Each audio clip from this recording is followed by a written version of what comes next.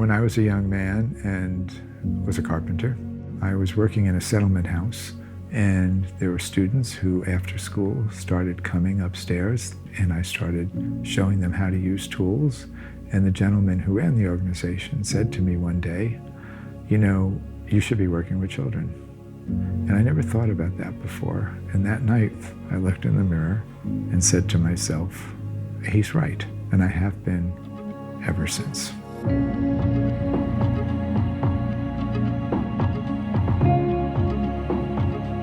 Early on, after college, I taught carpentry to inner city children in Boston. I worked in one of the oldest high schools in America, in which there was a 5-story building, and the wealthiest students were on the top floor, and the least wealthy were on the bottom floor. The students on the 5th floor were doing sophisticated work, and my carpentry students on the 1st floor were not. So I made sure that they were doing even more sophisticated work than the students upstairs. What struck me so strongly was that these kids who really didn't have much opportunity were so super intelligent, and all you needed to do was give them the confidence that they could really do it. And then they rose to that level. I saw that happen time after time. So I learned the benefit of integrating academic and technical education.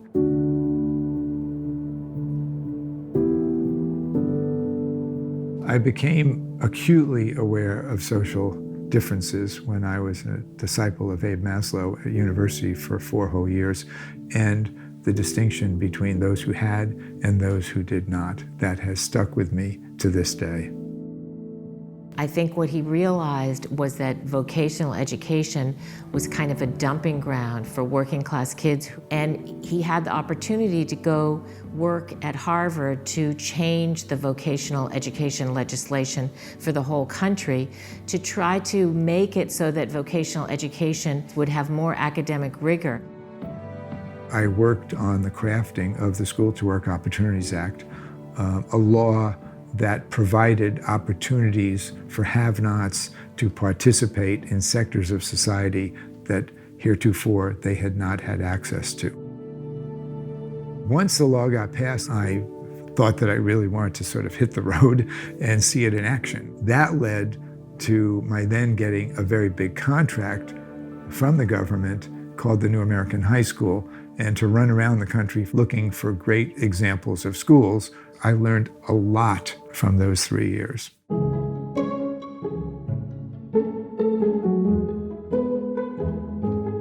There were some people in San Diego who wanted to bring in a broader spectrum of have-nots into the tech sector, and they had an idea that maybe they should create a school called High Tech High School. And I said, I would love to try that, but can I take the word school off it? And they said, sure. That's how High Tech High got started.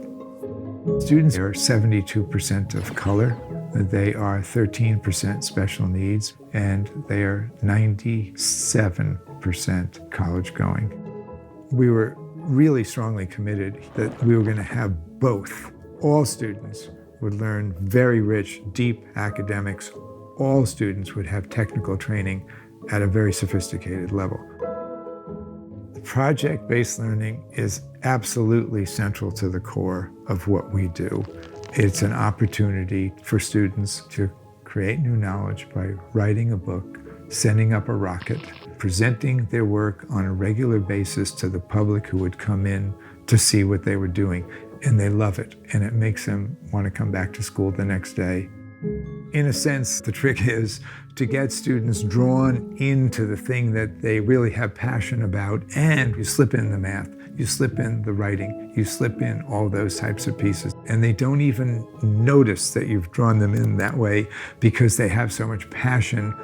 High Tech High has definitely helped me envision what I want to be in the future. I think a lot of the work we do, whether it's research, labs, or projects, are very similar to things that people don't get to do until they're older. One of the things about having a project-based curriculum is that we see that a far higher percent of our students who go into universities go into the tech sector than most other students would, and that is because they have the experience of creating new knowledge, before they even enter a college at all.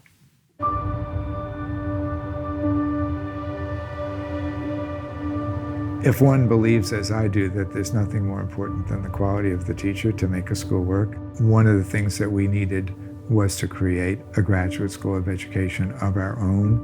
One thing that's unique about our grad school is that they're embedded in K-12 schools, so they're right there and they're connected to the pedagogy that we're doing.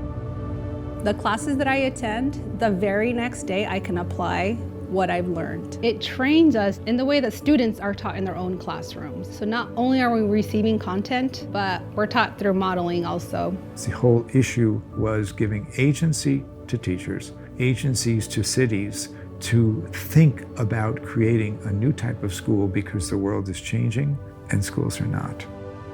The greatest impact that High Tech High has, I think, is by being an example. That's why we have so many visitors from different countries, because people want to see what's possible, what students can do. My first reaction when I walked into High Tech High was, wow.